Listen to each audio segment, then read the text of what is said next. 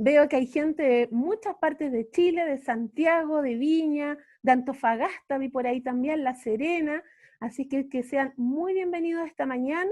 La idea es que sea una mañana de conversación, de reflexión también, que podamos ir comprendiendo un poquito más esta temática que nos hemos visto envueltos rápidamente y obligados muchos también a tener que realizar estas clases de pronto de forma online, se acabó la presencialidad, tenemos que aprender bajo esta modalidad, tenemos que enseñar también bajo esta modalidad que se nos ha hecho un poco complejo.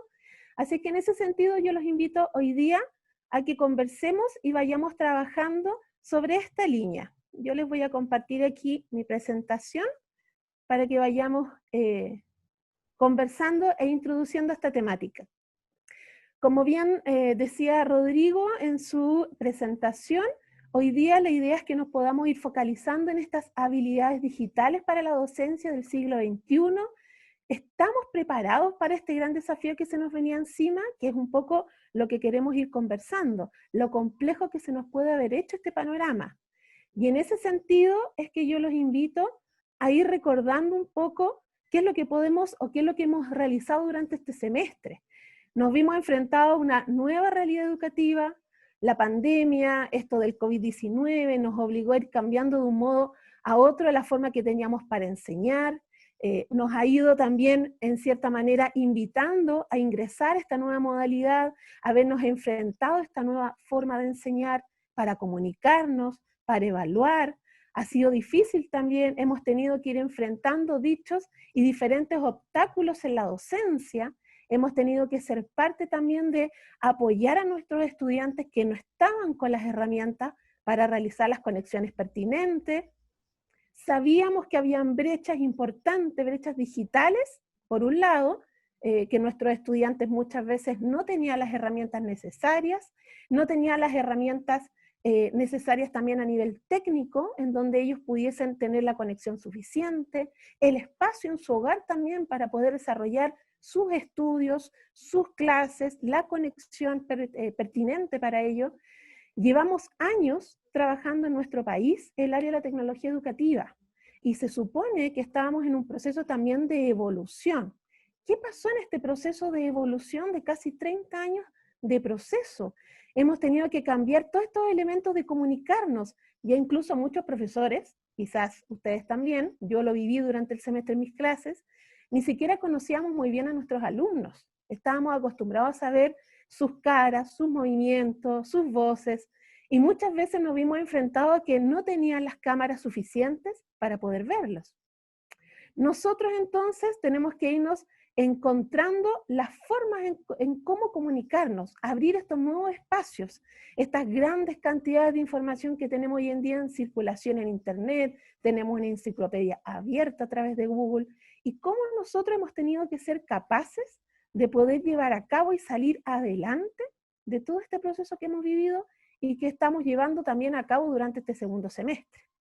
Hemos visto diferentes tipos de profesores que se han incorporado en la temática, que incluso han logrado grandes avances que no habían logrado en años. Y en un semestre fueron capaces de poder lograr, perdón, de poder lograr estos grandes cambios y evolucionar a esta modalidad que estamos hablando hoy en día, que tiene relación con la enseñanza digital, con las habilidades digitales en la docencia. Entonces, profesores, para iniciar esta primera parte, esta aventura de conversación que vamos a hacer hoy, los invito a que hagamos una primera reflexión en donde ustedes piensen en esta pregunta. ¿Qué ha sido lo más difícil de la nueva modalidad que han tenido que vivir por la pandemia, por este COVID-19? ¿Qué ha sido lo más difícil? Para eso vamos a utilizar Menti, que es una herramienta en donde los voy a invitar que a través de sus celulares o del mismo computador también ingresen a www.menti.com. El código está aquí, es el 207212. Van a ingresar un código. Cuando ingresen a menti.com va a aparecer un cuadrito donde les va a pedir un código. Ustedes ingresen ese código y lancen dos palabras, dos conceptos, los cuales han sido parte de esto difícil para ustedes como profesores. ¿Qué ha sido una de las acciones más difíciles? Les voy a dar unos minutitos. ¿Cuáles han sido las cosas más difíciles que ustedes han tenido que vivir en este periodo de pandemia? Excelente. Incertidumbre. Evaluación. La evaluación es un tema, profesores, un tema. Eso es como para conversarlo durante toda una mañana. Conectividad. Problemas de conexión, efectivamente. El prepararse rápidamente, profesores. En menos de un mes ya estábamos insertos en este mundo, que muchos de ustedes quizás no conocían. Me encantó esa palabra, profesores, oportunidad. Y estos momentos es una gran oportunidad para adquirir nuevos conocimientos, nuevas habilidades que antes quizás por tiempo no habíamos podido. Participación activa, establecer rutinas, hábitos de estudio, autonomía. Diversidad pedagógica, profesores, esa palabra, ese concepto también lo vamos a trabajar aquí. Retroalimentar, así es. Hemos tenido que hacer muchas cosas que antes no habíamos considerado de mayor profundidad durante nuestro proceso presencial, porque lo hacíamos todo en la modalidad presencial. No nos veíamos bajo esta modalidad online que de alguna forma nos invitaba a buscar nuevas modalidades para incorporar a nuestra docencia. Organización interna, perfecto, organizar los tiempos, aprender herramientas TIC, así es. Falta mayor interactividad. Uso del tiempo. Perfecto, profesores. Adaptación. Excelente. Muy bien, profesores. Entonces, una vez que ahora ya tenemos identificada claramente cuáles han sido los aspectos más difíciles de nuestra modalidad de pandemia, nosotros podemos tener algunas preguntas que nos han ido surgiendo durante todo este semestre. Principalmente, por ejemplo, yo les comparto un par de preguntas que me surgieron a mí, yo que llevo un buen tiempo en esta temática de la inserción de recursos tecnológicos en la docencia, de cómo potenciar ciertos tipos de pensamientos y habilidades de nuestros estudiantes a través de los recursos tecnológicos. Entonces, una de las preguntas que me surgió es, ¿por qué los profesores hoy en día no estaban preparados para realizar esta modalidad o para usar recursos tecnológicos para el aprendizaje?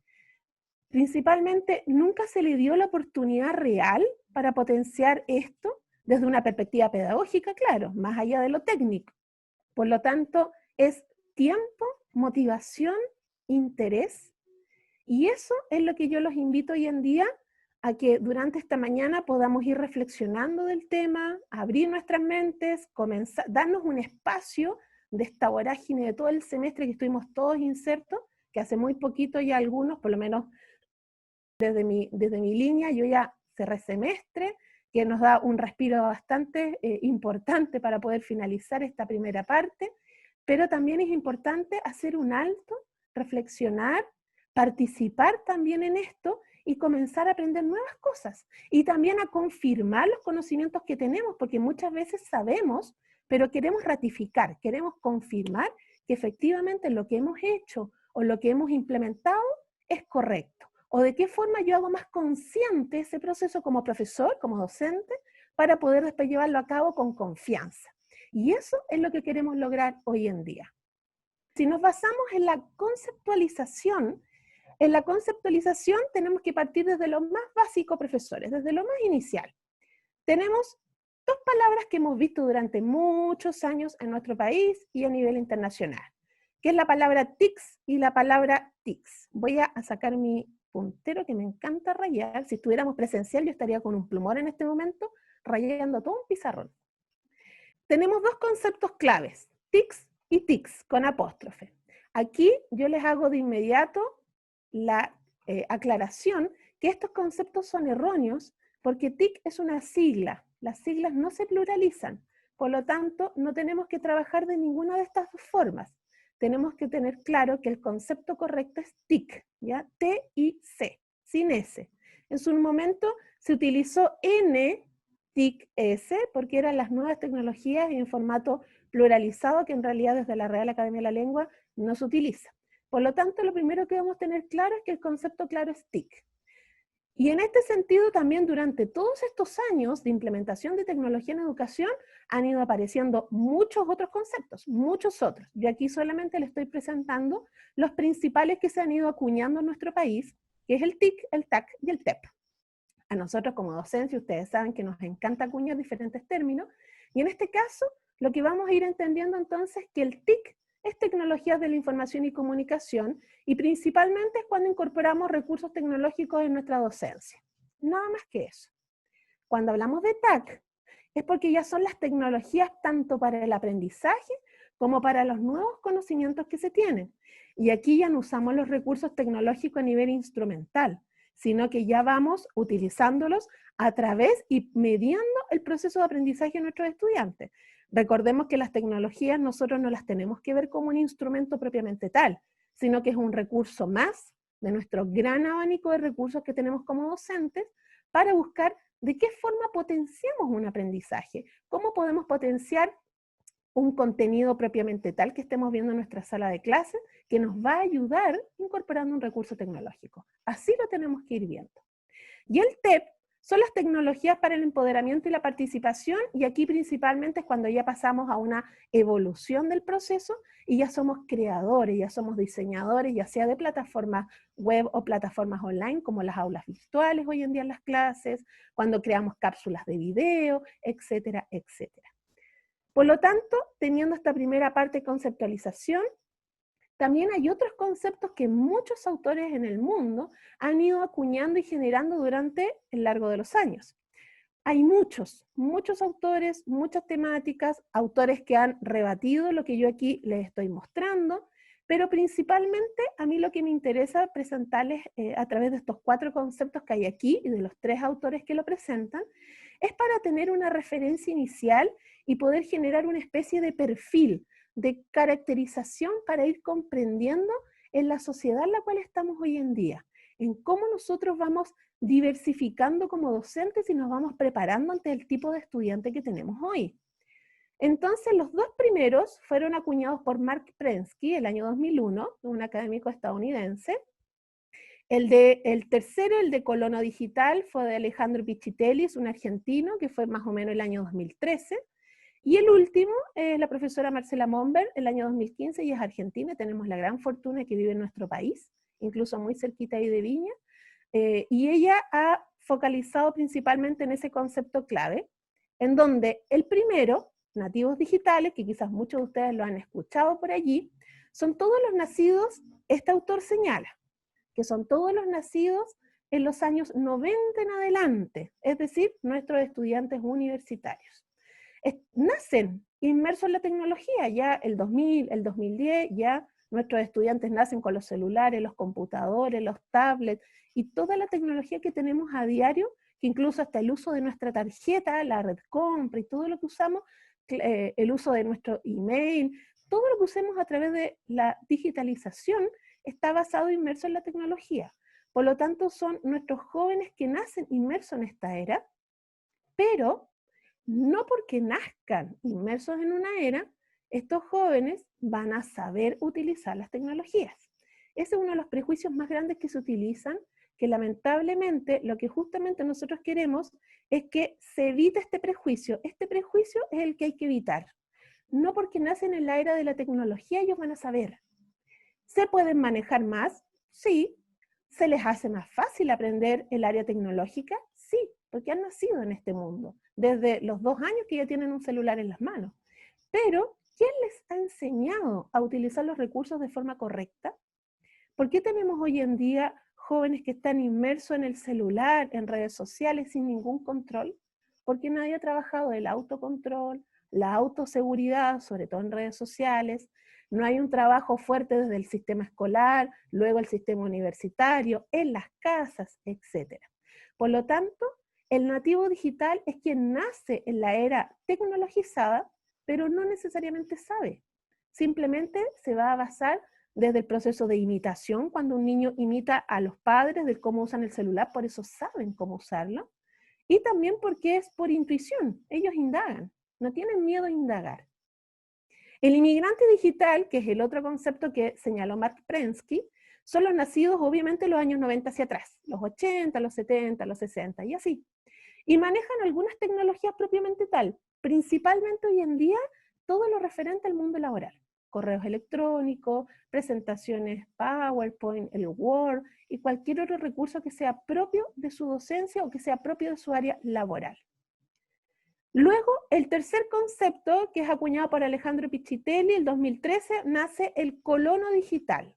¿Y quién es el colono digital? ¿Qué es lo que dice él?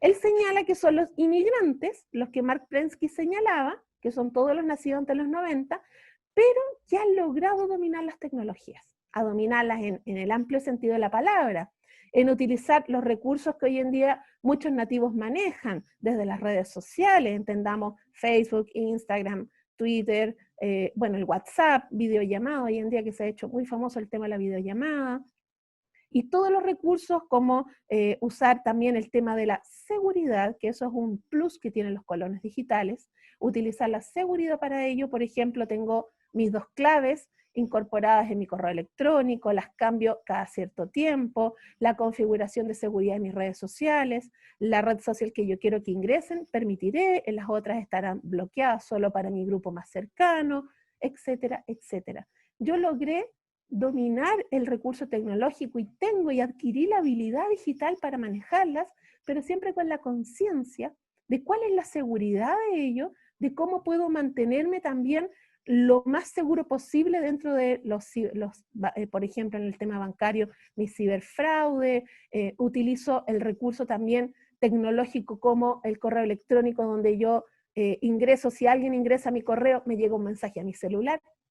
Logro finalmente introducirme al mundo tecnológico con un autocontrol, porque soy capaz de separarme de mi celular por un momento, de si estoy conversando con alguien lo dejo a un lado, si estoy comiendo lo dejo a un lado, también establezco mis horarios laborales, etcétera, etcétera.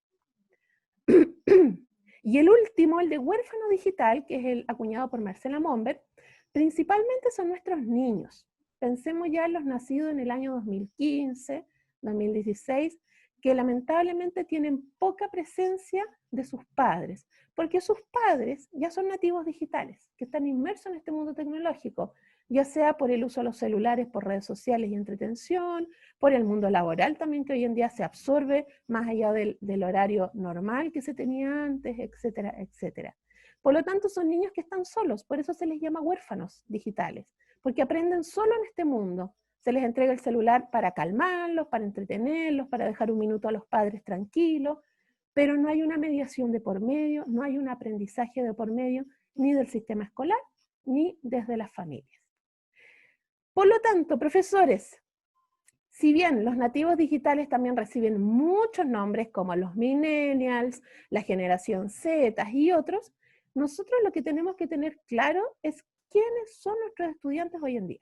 Porque un docente siempre tiene que tener el primer rumbo, que son sus estudiantes. Luego que yo conozco a mis estudiantes y veo qué perfiles tienen, qué características poseen, qué necesidades también van a necesitar a tener durante el semestre de trabajo, si nosotros tenemos claro esto, podemos desarrollar clases pensando en nuestros estudiantes. Recuerden que siempre un profesor elabora las clases pensando en nuestros estudiantes. Entonces aquí es donde nosotros tenemos hoy en día, mayoritariamente, estudiantes que nacieron con la tecnología a la mano, como bien dice aquí, pero recordemos que no necesariamente saben, sino que ellos tienen la facilidad de aprender, ¿ya?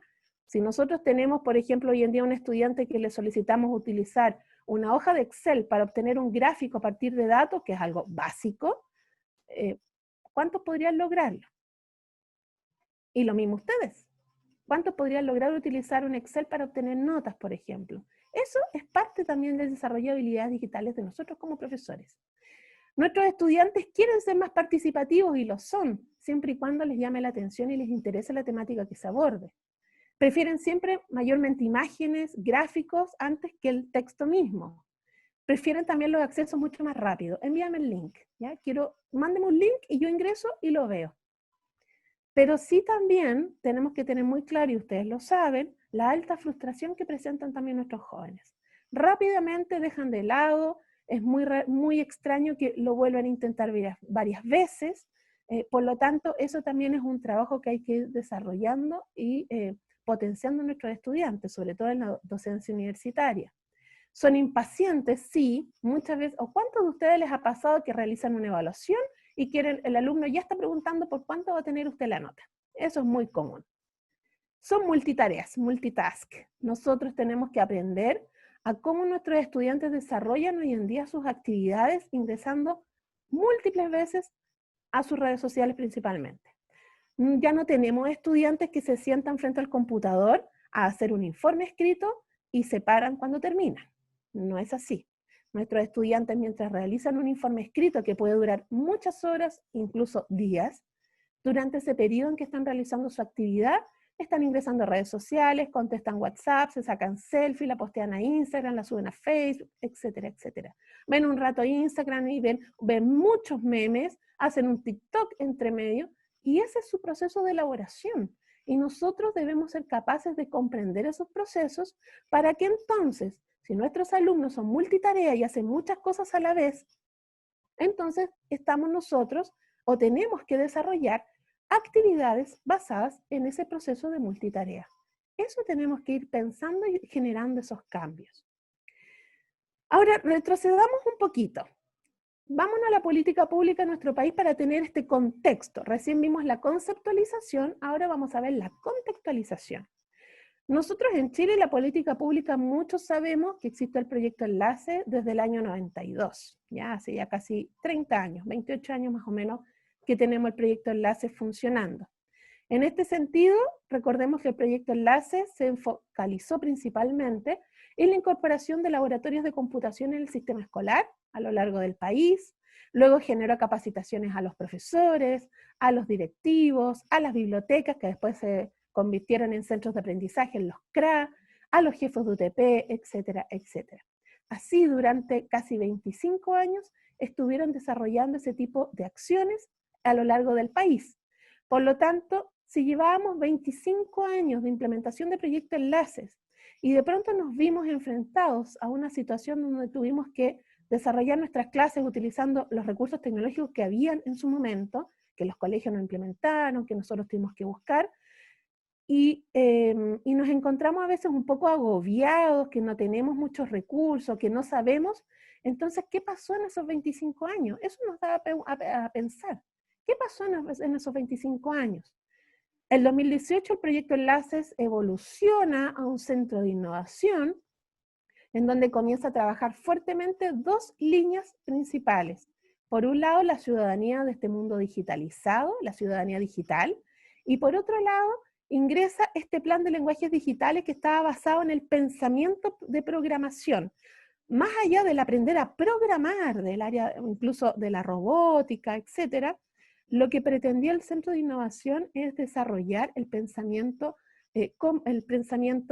computacional, el pensamiento desde el ámbito de programación, que tiene relación mucho con la creatividad, con el pensamiento crítico, habilidad de pensamiento de orden superior. Ahí es donde queríamos llegar. Si bien todavía trabaja en ello, es lo que nosotros podemos ir poco a poco indagando en estas temáticas y comenzar a conocer un poco más de lo que se desarrollaba en ese tiempo. Durante la política pública en Chile desarrollaron muchísimos documentos, artículos, incluso estudios, encuestas, etc. Pero hay dos que quiero destacarles a ustedes, profesores. El primero es el mapa K12, que se creó el año 2006. Ya pensemos aquí que esto fue creado el año 2006. Y el mapa K12, ¿qué establece? El mapa K12 es un mapa de progreso que establece los 12 años de escolaridad, de primero básico a cuarto medio, incluso uno superior que está pensado para la educación superior. Y en este sentido, este libro lo que establece son niveles de conocimiento de habilidades digitales que deberían tener nuestros estudiantes. Es decir, entre el nivel básico y el nivel medio, como profesores del sistema escolar, debemos ser capaces de desarrollar y potenciar las habilidades digitales que este libro dice según los cursos en los cuales se desarrolle clases.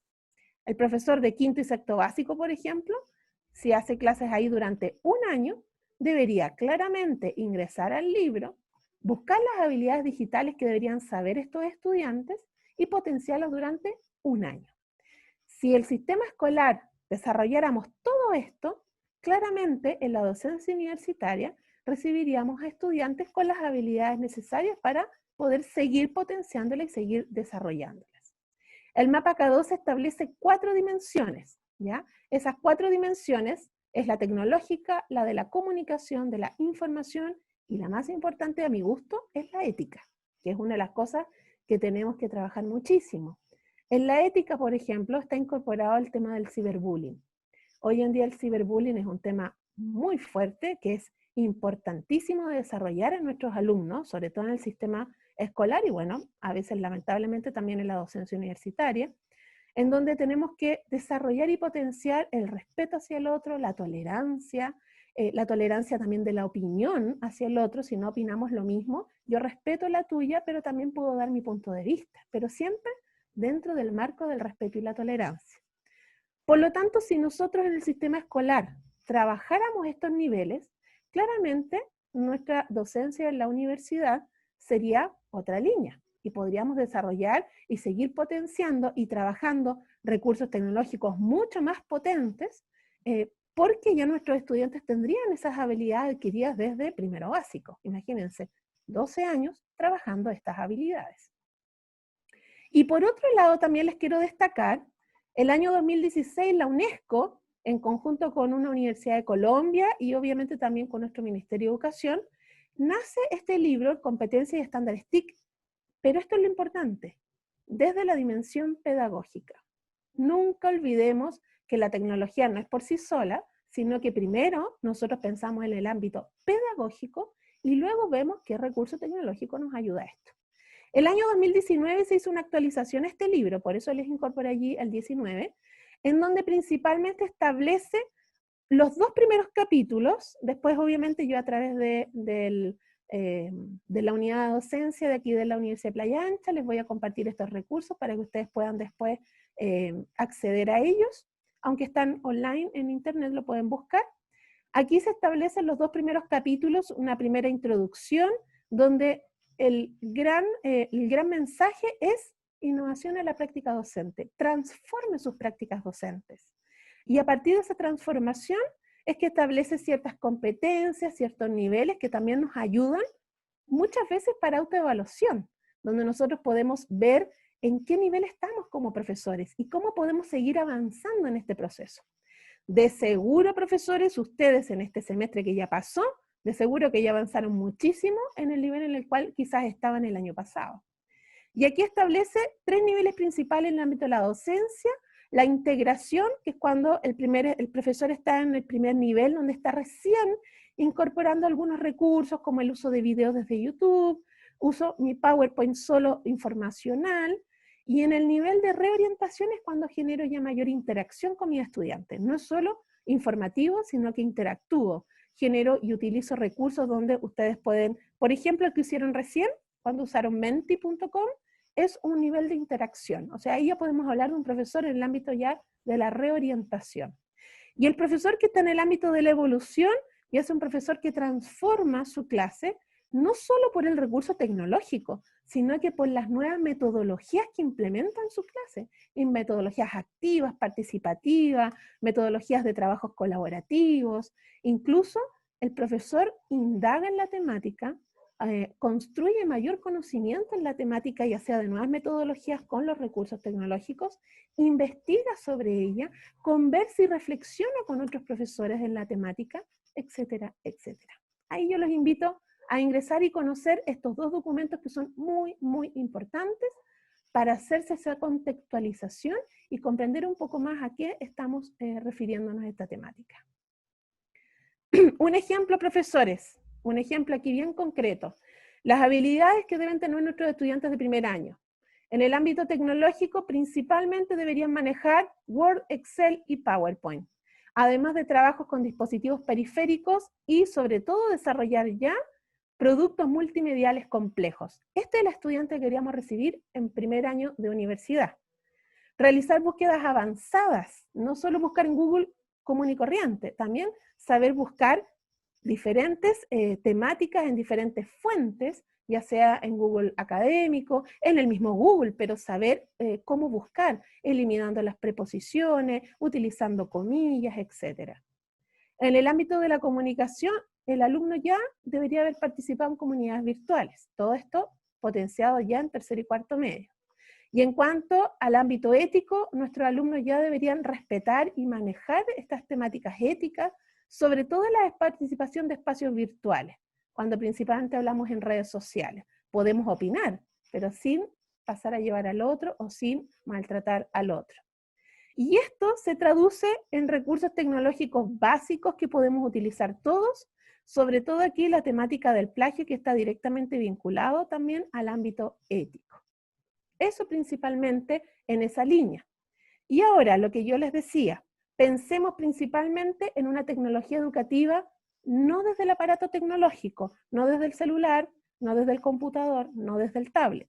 Tenemos que pensar más allá en este cambio de mi práctica docente. ¿Qué es lo que estoy haciendo en mi práctica? Debo diversificar la metodología, debo generar mayor dinamismo en este aprendizaje que estoy generando en mis clases o en mis videos que les envío, o en las guías que trabajo, o en la temática de solicitud de tareas que realizo. Tengo que generar retroalimentación efectiva, que es lo que ustedes mencionaron hace un rato en el proceso. Puedo generar investigación mediada. Hay metodologías para eso y hay recursos tecnológicos también que me ayudan a esto. Puedo generar evaluación automatizada, que quizás ya muchos de ustedes aprendieron durante el semestre. Cómo poder hacer un test rápidamente en línea que puedo utilizar en la misma clase o que puedo utilizar para evaluar algún contenido visto durante el semestre. Entonces, profesores, recursos para la práctica docente. Ya que tenemos la conceptualización y la contextualización más clara, vámonos a la temática de qué recursos a partir de las metodologías implementadas o qué actividades voy a desarrollar, qué es lo que me puede ayudar. Para las plataformas virtuales sabemos perfectamente que es cuando nosotros elaboramos un espacio virtual para poder compartir diferentes acciones con nuestros estudiantes, ya sean los contenidos mismos, nuestras presentaciones PowerPoint, Prezi, lo que queramos. Podemos generar actividades, gestionar varias secciones y recursos dependiendo de lo que vayamos a realizar. Pero hay dos secciones importantes que yo quiero destacar cuando hablamos de una plataforma virtual, sobre todo en esta modalidad de pandemia. Porque recordemos que cuando hablamos de educación virtual, educación online, se requiere de un diseño instruccional y learning de por medio, que es lo que en general no hemos tenido, sino que hemos tenido ciertos atisbos de cómo organizar nuestras plataformas y nuestras clases online. Pero diseño instruccional mismo, aquí no hemos trabajado tanto, sino que hemos ido de a poquitito traspasando lo que hacíamos presencial a cómo lo podemos generar en un formato online.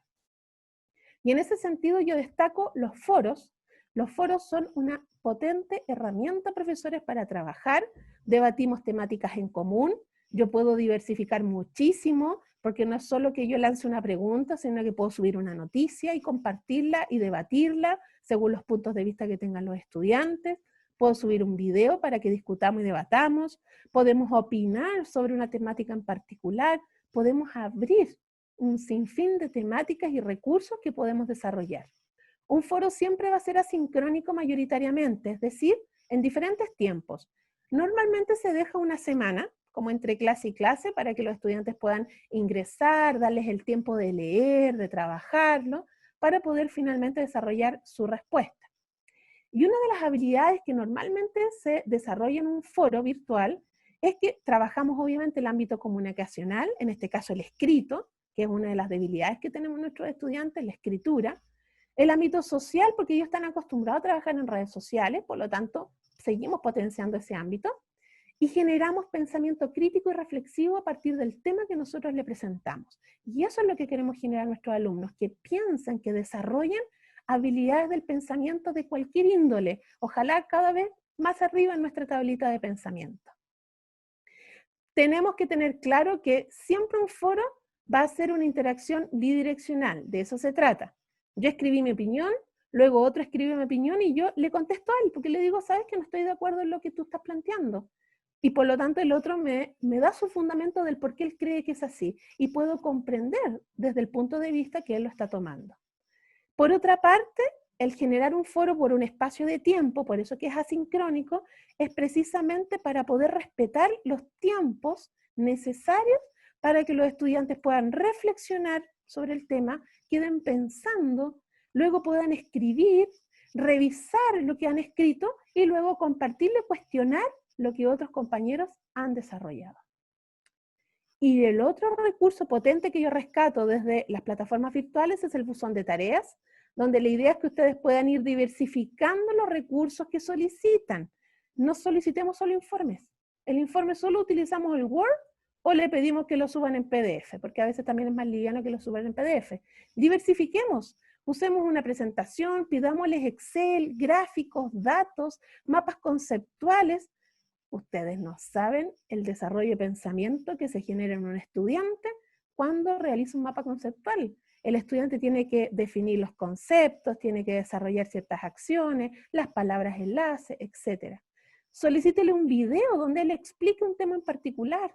Soliciten una infografía que la pueden trabajar. Hoy en día los estudiantes descargan las aplicaciones en el celular y pueden trabajarla desde allí. El que pueda y si no, los que prefieran lo hacen desde el computador. Diversifiquemos los recursos para que los estudiantes tengan la posibilidad de empezar a ampliar la gama y no solo basarse en un recurso como Word o PDF. Tratemos de diversificar también. Cuando nosotros hacemos una cápsula de video, la idea es que podamos tener claro cuáles son los beneficios que en esto presenta. Y principalmente nosotros estamos trabajando un mayor aprendizaje efectivo. Proporcionamos una visión mucho más general del tema que vamos a abordar. La idea es que despierte el interés en el estudiante y por eso también nosotros tenemos que trabajar nuestra misma fortaleza y a veces esa pasión que tenemos en nuestras clases, tenemos que transmitirla a través del video. A veces se nos hace un poco difícil, pero con el tiempo uno puede irlo trabajando. También la idea es que podamos ir desarrollando acciones mucho más dinámicas, personalizar a mis estudiantes, yo los conozco, los sé cómo son, por lo tanto puedo generar esa participación un poco más activa y obviamente de paso, por mi parte como profesora, puedo ir desarrollando mis habilidades digitales propiamente tal. Y solamente algunos tips de ayuda para cuando ustedes elaboren sus cápsulas, que yo imagino que ya varios de ustedes tienen experiencia en esto durante este semestre. Siempre deben tener claro cuál es el recurso que van a usar para mostrar, ya sea un PowerPoint, un Prezi, una infografía o cualquier otra acción. Luego, la idea es que generen un listado de los temas más relevantes que quieran profundizar. Luego realizan una grabación, y aquí yo siempre les sugiero que usen ojalá un micrófono, así como el que estoy usando yo y que usan muchos de ustedes, porque así el audio es de mejor calidad, más que el usar el micrófono abierto del computador. Luego utilicen su proceso de edición de cualquier aplicación que ustedes usen, Movie Maker, Filmix, InShot o cualquier otro. Y por último, lo más fácil quizás a veces a los estudiantes que hoy en día las compañías telefónicas han soltado, han liberado canales de YouTube, por ejemplo, se les puede hacer más fácil a los estudiantes ver su video a través de un link de YouTube porque tienen el acceso gratuito y no gastan datos móviles para poder ver sus clases. Y para tener una idea, una referente, por ejemplo, el componente técnico, como bien les decía, tratar de usar el micrófono y podemos tener diferentes modalidades. Por ejemplo, en una primera parte aparezco dando una introducción, luego muestro un PowerPoint, por ejemplo, luego vuelvo a aparecer yo dando un enfoque propiamente tal de lo que presenté, y finalizo mi video con un mapa conceptual de síntesis de lo que abordé anteriormente. Luego, otra opción es que introduzco el tema, voy a trabajar una infografía porque es algo muy acotado y algo muy rápido que quiero presentar de un par de pasos y porque también se ejemplifica mejor para los alumnos que a veces quizás estar usando mucha presentación o mucho documento. Luego muestro un mapa conceptual para aclarar los conceptos claves y luego puedo aparecer de cuerpo completo para finalizar el video, dar el cierre, la síntesis y lo envío. Algunos tips también que les pueden ayudar para la elaboración de esto. Cuando hablamos de recursos para el aprendizaje activo, tenemos varios que nos pueden ayudar. Aquí hay algunos de los que les estoy mencionando, donde principalmente si pensamos en presentación de contenido, ¿cómo presento mi contenido? ¿De qué forma yo puedo potenciar esta área? Tenemos varios, ¿ya? Principalmente yo les voy a mostrar 3 que tienen relación con las infografías, las presentaciones interactivas, ¿ya? Más que la presentación informacional de un PowerPoint, y los mapas conceptuales. Yo aquí les muestro un recurso de los muchos que existen para el área de mapas conceptuales, al igual que un recurso de los que existen para infografías. Hay que tener claro que para el trabajo de las infografías, primero entendamos que infografía tiene relación con la información gráfica, que es justamente lo que está aquí. Aquí hay un ejemplo. Es principalmente realizado en formato horizontal, donde es algo que incluso está considerado casi como 2 hojas carta o 2 hojas oficio de largo, en donde podemos trabajar de forma gráfica todo contenido que nosotros vayamos a presentar. Y ese es el beneficio, sobre todo cuando trabajamos temáticas complejas. ¿De qué forma a veces nosotros tratamos de decir esto es complejo? ¿Cómo lo hago para que mis alumnos puedan entender un poco mejor esta temática? Bueno, la infografía puede ser un recurso de profesores que a ustedes les ayude a presentar de una forma mucho más rápido el proceso de comprensión y también más entretenida, más amena para los estudiantes que hoy en día prefieren los trabajos mucho más visuales entre la iconografía y el texto. Si ustedes ingresan a Canva, por ejemplo, a canva.com, que es lo que yo les menciono aquí, pueden incluso vincularse con su correo Gmail o con Facebook, en el caso de que lo tengan, y van a obtener, fíjense, la gama de opciones, y yo podría seguir bajando y viendo más opciones, para poder desarrollar sus procesos de infografías. Hay diseños que ustedes pueden elegir, les da la facilidad de poder cambiar colores, formatos, etc. La idea es que no cambien tanto y se guíen por el proceso que se les presenta aquí, que obviamente es mucho más fácil para poder generar acciones. En cuanto a las presentaciones interactivas, tenemos que tener claro el beneficio. El beneficio es que generamos algo dinámico, una presentación dinámica que sea interactiva con el estudiante, cosa que el estudiante tenga momento para responder preguntas o para generar actividades que están dentro de la presentación. Tenemos un ejemplo que muchas veces se utiliza, a veces vemos este tipo de presentaciones, en donde aquí claramente hay varios errores, tenemos un gran párrafo, tenemos utilizando también una letra que no es funcional para presentaciones interactivas, y en ese sentido podemos generar mejoras, eliminando la gran cantidad de texto, bajando la cantidad, en este caso destacando los 3 conceptos claves, pero podemos seguir mejorándola. Esto todavía le falta un desarrollo. Podemos, por ejemplo, que es una de las versiones que es muy poco utilizada, es la diagonalidad, la estructura diagonal para utilizar mi lámina. Recordemos que tenemos una lámina grande, amplia, que podemos ir desarrollando y utilizando. Aquí tenemos, por ejemplo, la sección que no podemos olvidar es imaginarnos como una gran cuadrícula. Y aquí dentro de esta cuadrícula ordenamos armónicamente los contenidos que vamos a presentar. Un título centrado, una imagen que está en el cuadrante inferior a la derecha, tenemos un texto que está hacia dentro de todo el cuadrante izquierdo que podemos presentar, etcétera, etcétera. Trabajar los colores también, profesores. Aquí yo les sugiero que jamás utilicen azules y rojos. Son colores acordes a los procesos para un trabajo visual armónico. Aquí también está la psicología del color para el aprendizaje, que también les sugiero revisar. Hay colores que están destinados para lograr un mayor aprendizaje en nuestra audiencia, otros que hay que evitarlos completamente. Y en este sentido también respetar, por ejemplo, si tenemos colores de fondo en una plantilla predeterminada, tenemos que respetarlos. No podemos utilizar una imagen como esta, por ejemplo, o pasarnos en el texto hacia abajo, a menos que queramos realizar algo armónico en cuanto a la estructura de nuestra lámina.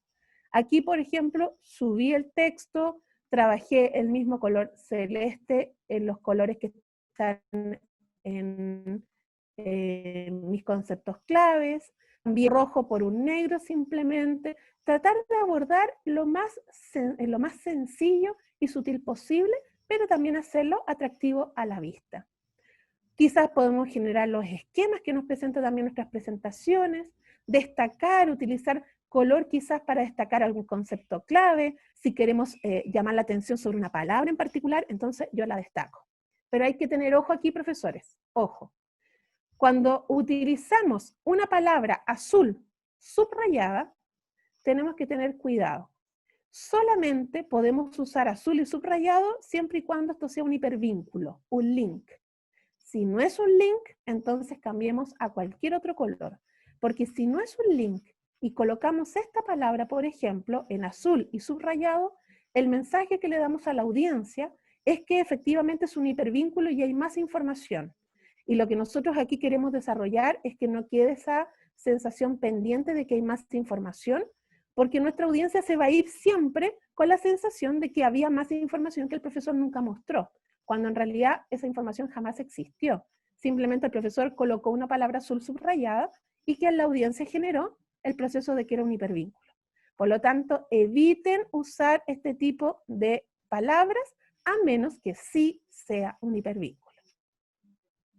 Entonces, no olvidemos en una presentación interactiva, efectiva, usar siempre el tamaño de letras sobre el número 22 en lo posible. Ojalá usar letras redondas, ¿ya? Como por ejemplo la Calibri, las Century Gothic, las Lucida Sans, etc. Eviten usar Arial, Times New Roman y Comic Sans. Esas letras, evítenlas para una presentación efectiva. No sobreutilice con muchas imágenes, use lo más sencillo, no tanto color, mantenga siempre una gama de colores. Genérense un banco de imágenes, una carpetita en su computador donde guarden todas las imágenes que descargan de internet, porque se pierde mucho tiempo buscando imágenes.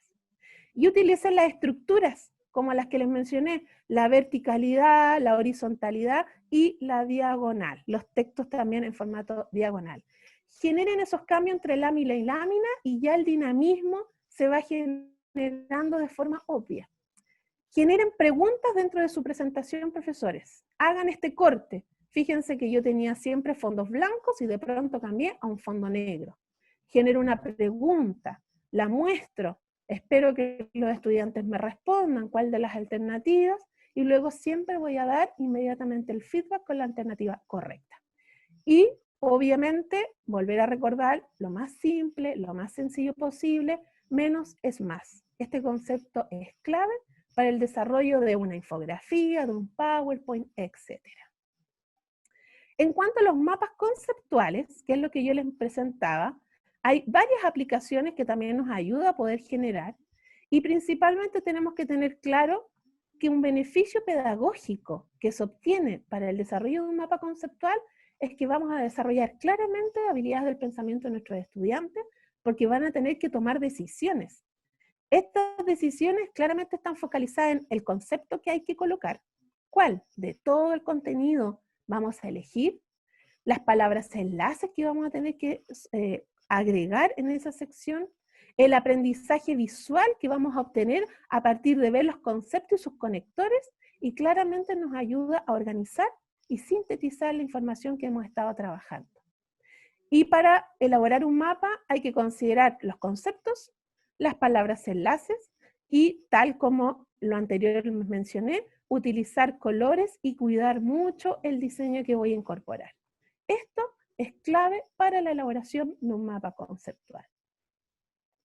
Para participación activa y feedback en clases, ya sean en este caso sincrónicas cuando nos conectamos en esta vía, podemos utilizar, por ejemplo, Kahoot, que es una herramienta que podemos usar desde los celulares o desde los computadores también ahora que estamos conectados desde casa, en donde puedo realizar ciertas preguntas durante la clase, al final de la clase y al inicio de la clase, para adquirir sus conocimientos previos o para recordar la temática vista en la clase anterior. Podemos utilizar 2 o 3 preguntas y mantengo activo también a los estudiantes. Esta otra aplicación también, que es la que ustedes usaron al inicio de esta sesión, donde podemos elaborar muchas opciones desde nube de palabras, que es lo que usamos nosotros, que sirve muchísimo en el ámbito pedagógico, es muy bien utilizado tanto al inicio de una clase como para el cierre, este proceso metacognitivo de cierre, cuando nosotros ya aquí vamos a focalizarnos entre los conocimientos adquiridos, entre la temática que se abordó, entre lo más fácil y lo más difícil, podemos utilizar este recurso.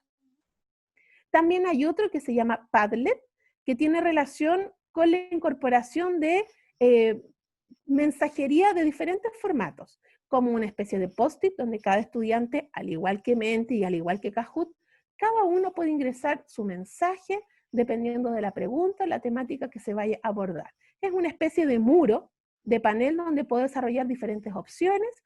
También está la opción de chat, simulando una especie de chat de WhatsApp, donde podemos también incorporar los aprendizajes finales o los contenidos vistos en la clase anterior o alguna actividad que queramos abordar durante la clase.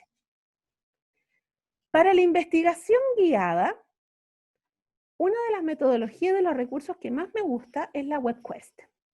La WebQuest, no sé si algunos de ustedes la conocerán, es principalmente búsqueda en la web. Eso significa, y lo que genera es que a partir de una guía de aprendizaje que uno elabora a partir de 5 pasos que establece, puedo mediar la investigación de nuestros estudiantes a través de este método investigativo. Como bien les dije, tiene 5 pasos y permite principalmente esta construcción de conocimiento donde abordamos estas 5 etapas. La introducción es donde yo voy a presentar la guía, doy una introducción a la temática en particular. Luego la sección tareas plantea el objetivo, qué es lo que se quiere lograr con el desarrollo de esta actividad.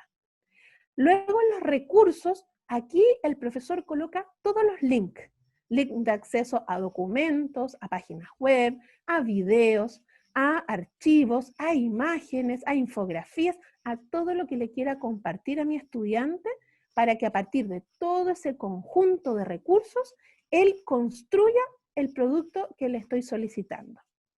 En la sección de proceso, entrega las instrucciones. Aquí el profesor da el paso a paso de lo que hay que realizar. Y en la sección de evaluación, presento los criterios evaluativos, o la pauta, o la rúbrica, porque la idea es que siempre nuestros estudiantes tengan claro de cómo se les va a evaluar, qué se les va a evaluar. Y ellos, al terminar, pueden desarrollar una autoevaluación y presentar el recurso o el producto de la mejor forma posible. Aquí hay un ejemplo. Este ejemplo fue elaborado en un PowerPoint sencillo, donde cada uno de estos apartados que hay aquí son link. Todos estos que están aquí, introducción, tarea, recurso, proceso y evaluación, son link que se incorporan en la presentación para que el estudiante pueda navegar de forma libre. Si él quiere, puede irse inmediatamente a proceso, puede ir a evaluación, retroceder en introducción, etcétera, etcétera.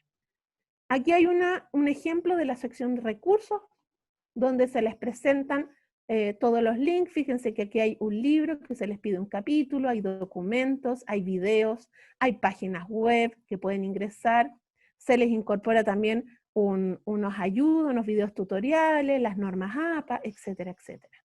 Esta es una muy buena herramienta para que así el estudiante genere estas 5 etapas después del uso, claramente ya en sus procesos para desarrollar posteriormente los procesos investigativos, sobre todo cuando deben elaborar tesis al final de sus carreras, principalmente. Y con respecto a la retroalimentación efectiva, tiene principalmente aquí un recurso muy potente que es el uso del podcast. El podcast es un archivo de audio que principalmente lo usamos en formato MP3, que no debería generarse más de 5 minutos de grabación por parte del profesor, en donde principalmente aquí yo presento la escalera de Wilson, de Daniel Wilson, que la creó el año 2001. Este es un académico del proyecto educativo que tiene la Universidad de Harvard, en donde presenta 4 etapas principales para elaborar una retroalimentación efectiva. Es decir, el profesor toma el trabajo del estudiante, genera la evaluación de él y luego elabora un podcast, un archivo de audio, grabando estas 4 etapas a partir de lo que observó en el trabajo desarrollado. De esta forma, el estudiante recibe el archivo del profesor y puede escucharlo mientras va revisando el trabajo y de esta forma genera el mismo proceso, el mismo procedimiento que si tuviese el profesor al lado del estudiante mostrándole el trabajo y generándole el feedback. El gran beneficio de estos profesores es que hay 4 etapas, hay 4 métodos de desarrollo para presentarles el podcast de retroalimentación al alumno. El alumno lo escucha las veces que estima conveniente, las veces que quiera, para efectivamente lograr el aprendizaje y lograr los cambios de mejora para sus siguientes productos. Entonces, profesores, finalizando todo esto, una vez más, tratemos y evitemos de cuando hablemos de tecnología educativa, pensar en estos 3 recursos. Cuando hablamos de, vamos a incorporar recursos tecnológicos, ¿qué pensamos? ¡Ay, los celulares, sí, entretenido en la clase! Perfecto, tenemos que tenerlos para poder llevarlos a cabo. Pero la idea es que después de lo que hemos visto hoy, la idea es empezar a diversificar el celular, computador y tablet. Es empezar a profundizar y pensar y verificar a través de estos recursos que les estoy mostrando aquí, que fueron los que vimos anteriormente y que ustedes también han ido usando. Canva, Moodle, Kahoot, Google Drive para hacer los tests online, editar videos, utilizar quizás mucho Word para los informes, a lo mejor ya han trabajado Canva para otro tipo de recursos. Pero aquí, profesores, seguimos viendo el recurso tecnológico. Aquí todavía estamos en lo técnico, a pesar de que es intangible, que no lo tocamos, sino que es un programa que nos sirve para, tenemos que seguir yendo más allá. Y tenemos que pensar principalmente en lo que logramos, en la parte desde el ámbito más educativo, desde el aprendizaje. ¿Qué queremos lograr? Es al revés. Recordemos que el pensamiento es al revés. Yo quiero desarrollar una investigación con mis alumnos, pero no sé cómo hacerlo, no sé qué recurso me sirve. Bueno, ahora tenemos el conocimiento de que existe una aplicación o que existe la metodología WebQuest. Por lo tanto, vamos a utilizar ese recurso y lo voy a trabajar con mis alumnos. Ay, quiero desarrollar controles de lectura y quiero desarrollar preguntas en mi clase. Bueno, tenemos Kahoot, tenemos Mentimeter, tenemos Socrative, tenemos Plickers, tenemos una gama de recursos que me va a ayudar a hacer esto. Pero mi fondo importante es que quiero generar retroalimentación efectiva a mis alumnos. Puedo usar esto y retroalimentar de inmediato, pero también puedo usar el podcast que me sirve para retroalimentar algún producto, un trabajo que el alumno me envió. Y más allá, profesores, ¿qué vamos a estar logrando cuando incorporemos algún recurso tecnológico? Vamos a estar logrando desarrollo de habilidades digitales, tanto en ustedes como en nuestros estudiantes. Vamos a generar mayor dinamismo en la clase, que es lo que queremos hacer. Queremos potenciar el ámbito cognitivo de nuestros estudiantes. Queremos que piensen, que reflexionen, que critiquen, que opinen. Eso queremos desarrollar. Nosotros por fin vamos a poder realizar una retroalimentación mucho más efectiva. Sí, nos va a demandar tiempo, nos va a demandar un poco de trabajo, pero si nosotros ya vamos realizando ciertas acciones con el tiempo, así como cualquier aprendizaje nuevo que hacemos, lo vamos a poder ir incorporando poco a poco. Recuerden que no hay que armar todo de una vez. A veces cuando nos sentimos agobiados porque queremos hacer todo, tenemos que elegir una cosa, una sola cosa. Hay que diversificar en la metodología. Esto es, no es la tecnología, es la metodología. ¿Qué voy a hacer pedagógicamente en mi clase? ¿Cuál es mi planificación? Una vez que ya lo tengo claro, yo puedo ver entonces qué recurso tecnológico me va a ayudar a mediar este proceso. Eso es principalmente profesores.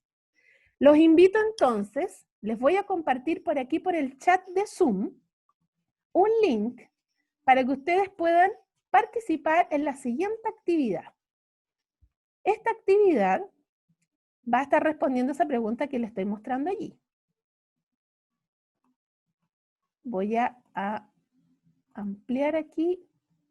Piensen cuáles entonces son los desafíos que hay que incorporar en este proceso. ¿Cómo aquí yo puedo seleccionar o puedo generar a través de este recurso que les voy a mostrar, que es el Padlet, que es una de las acciones que yo les he presentado? No sé si lo están viendo. Perfecto. Aquí les envío a todos, les acabo de enviar el link por el chat para que hagan clic, profesores, y puedan, ¿cuáles son los nuevos desafíos, profesores, para este semestre? Trabajos grupales, retroalimentación, perfecto. Mapas conceptuales, excelente. Ese es un gran trabajo, el desarrollo de mapas conceptuales, y que es muy poco utilizado. Motivación a los estudiantes. Pucha, que cuesta, profesores. Pero se puede, se puede. Trabajo en foros, presentaciones interactivas. Recuerden siempre poner preguntas dentro de la presentación, que cada cierto tiempo los alumnos puedan ir respondiendo, participando, opinando. Uso de infografías. Perfecto. Evaluación formativa. Potenciar más los foros, dar mayor importancia. Sí, ir desarrollando más las competencias digitales. Profesor, ustedes ya tienen las habilidades, se han estado un semestre en esto. Hay que seguir trabajándolas, seguir potenciándolas. Trabajo colaborativo, por supuesto, y se puede hacer.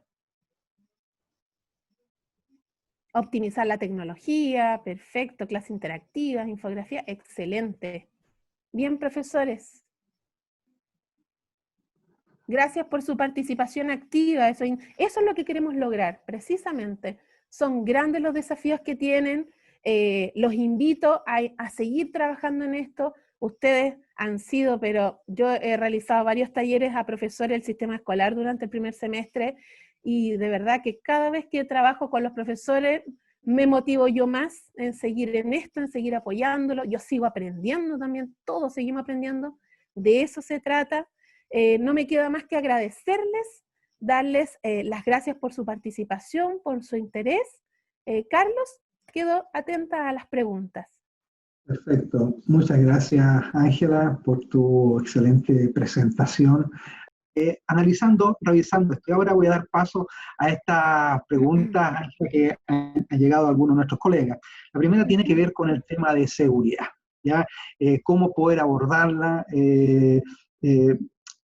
la información, los estudiantes cuando tenemos que hacer grabaciones, el que aparezcan sus imágenes, cómo manejamos, cómo podemos sugerir una estrategia a los académicos y a los mismos estudiantes que tienen que trabajar en este tipo de actividades. Sí, bueno, es un tema, el tema de la ciberseguridad, de cómo incorporar este tipo de acciones para, principalmente el miedo es el de que copien, el cómo más seguro que no copien en pruebas o en temáticas que queremos abordar y queremos desarrollar.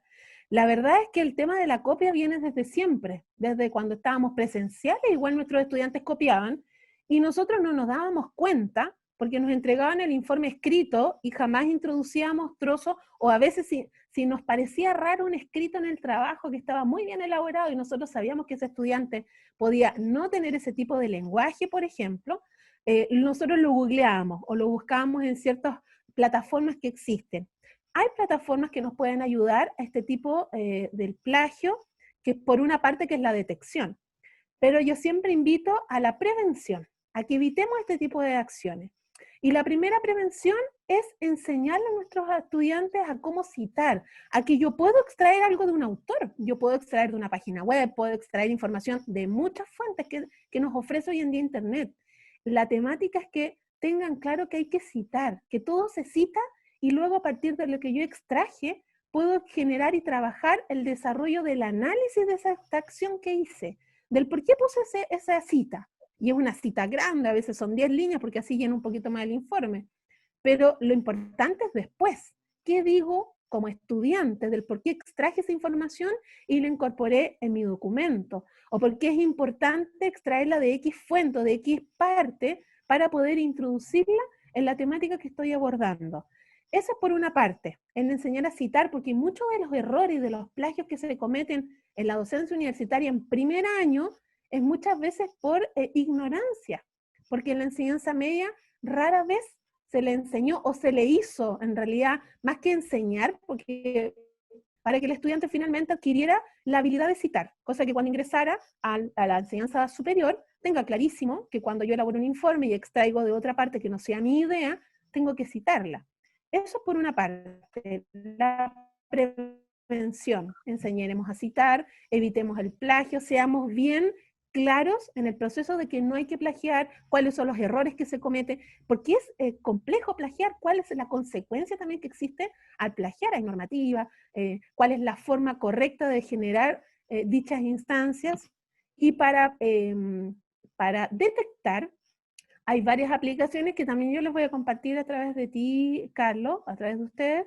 Por ejemplo, está la página web que se llama plagium.com, donde yo inserto textos que me parecen un poco dudosos, los copio, los pego, tienen que ser textos pequeños, no muy grande el párrafo, y en automático busca todo lo que puede encontrar en la web con respecto a ese tema. Y así también podemos enseñarle al estudiante, porque recuerden que no es solo sancionar, sino que también le enseñamos de que hay recursos en que ellos mismos pueden autoevaluarse. Porque muchas veces que incluso le ocurre al académico cuando investiga y quiere escribir, por ejemplo, un artículo, ya no sabes si te estás autoplagiando, estás plagiando a alguien, entonces es mejor muchas veces autoevaluar ese proceso y así verificas que efectivamente no estás generando ningún tipo de plagio. Eso principalmente, Carlos. Muchas gracias. Bueno, en el desarrollo de la presentación, tú hiciste una muestra de una gran variedad de recursos que pueden ser utilizados en la clase, Canva, Padlet, Menti, etcétera, mucho. Entonces, los colegas preguntan, bueno, ¿dónde uno puede saber, identificar cómo buscar distintas herramientas, cuáles se pueden adaptar? Uno las va conociendo en los foros, uno los va conociendo en las presentaciones, pero ¿dónde puede encontrar una guía, un apoyo para poder descargarlas y probarlas, para poder instalarlas y usarlas en nuestras clases? Sí, miren, no se ha formado todavía una especie de glosario de recursos en una forma oficial. Idealmente hubiese sido que desde nuestro ámbito gubernamental, desde el ministerio, quizás el Centro de Innovación.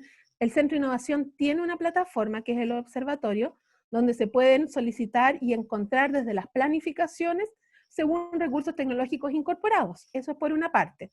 Por otra parte, también pueden incorporarse o visitar nuestra página web en la mesaticfeed.cl, mesaticfeed.cl.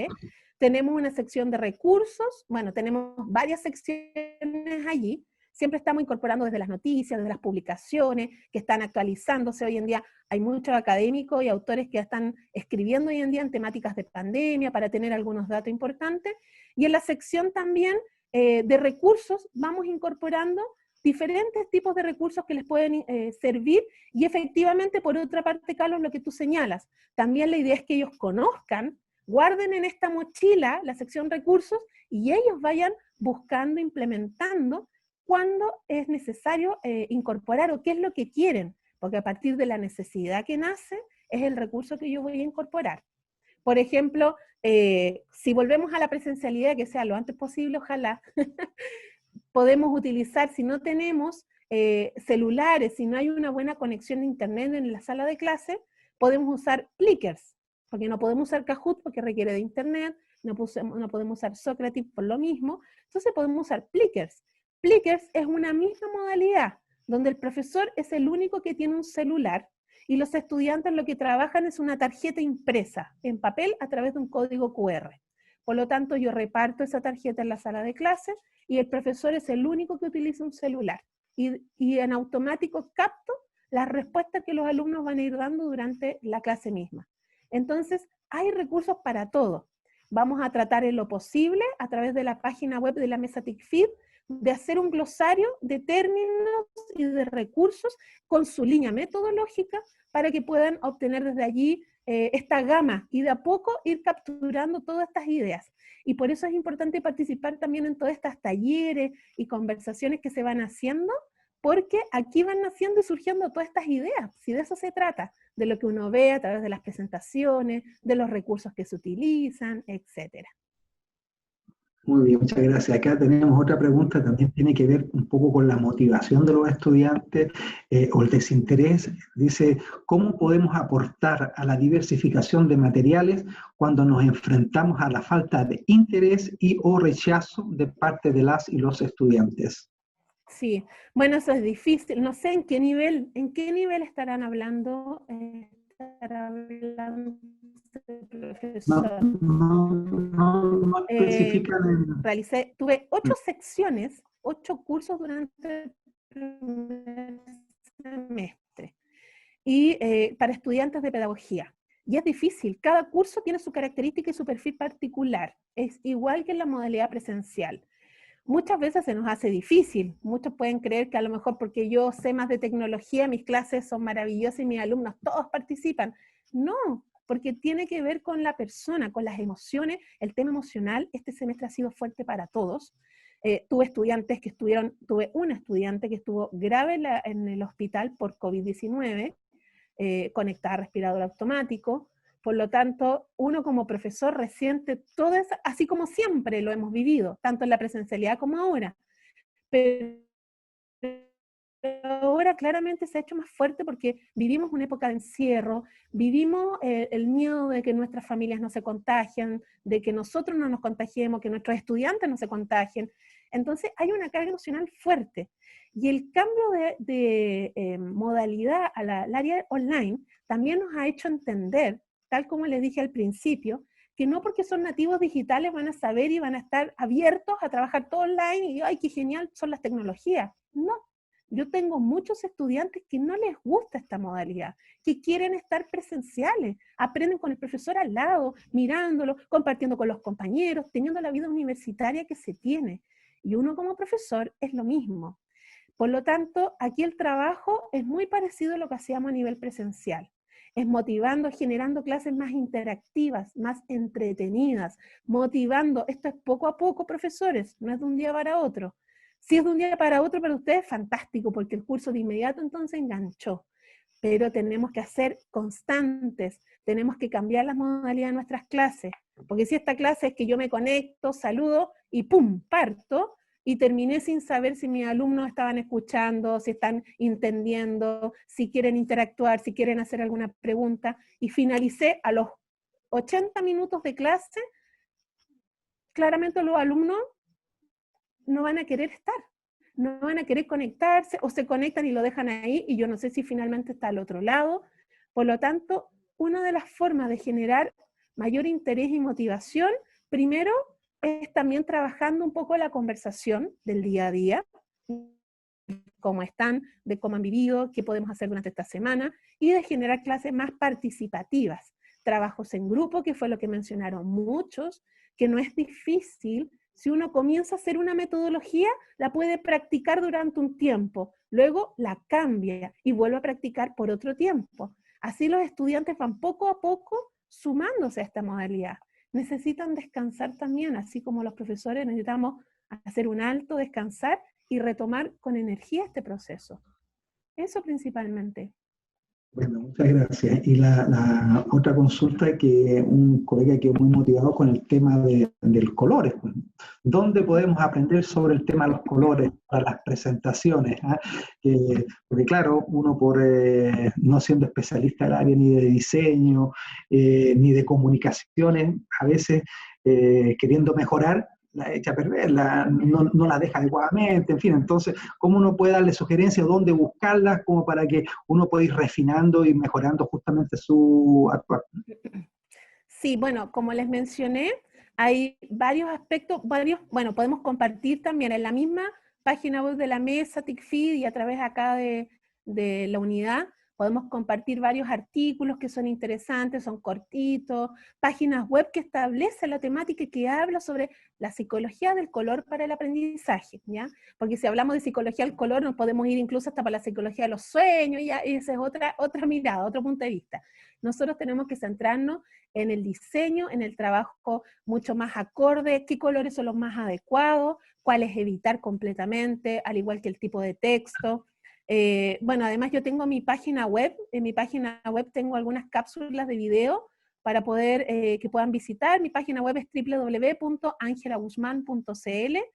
También tengo cápsulas de video donde hablo sobre el tema de este primer approach que les hice al inicio, de la conceptualización, de la contextualización, del cómo generar presentaciones efectivas, los tips principales de cómo lo genero para una clase, principalmente, porque recordemos que una presentación para un seminario, para una clase, para una reunión de apoderados, para una jornada de profesores, cada una tiene sus lineamientos, cada una tiene sobre todo las instituciones que tienen formatos preestablecidos, colores preestablecidos, hay que mantener una armonía del color. Si son siempre dentro de los colores fríos, por ejemplo, mantenernos dentro de esa línea, utilizar algún color cálido, no de contraste entre fondo y letra, sino que entre alguna imagen, alguna viñeta, alguna iconografía, para generar algún quiebre o que queramos destacar algo principalmente.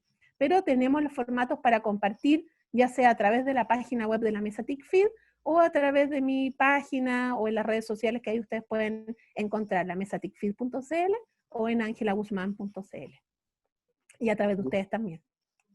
Muchas gracias. Y la última pregunta que tiene que ver con la actualización, el perfeccionamiento o la mejora continua de lo académico. ¿Cómo uno puede acercarse a ese tipo de actividades cuando estamos a distancia? Ahora se nos ha venido tal, como decías tú en la presentación, esto no lo buscamos, nos llegó, estamos acostumbrados a usar la plataforma como un complemento a nuestra labor habitual, pero en realidad nosotros tenemos nuestras presentaciones, la pizarra, el plumón, etcétera.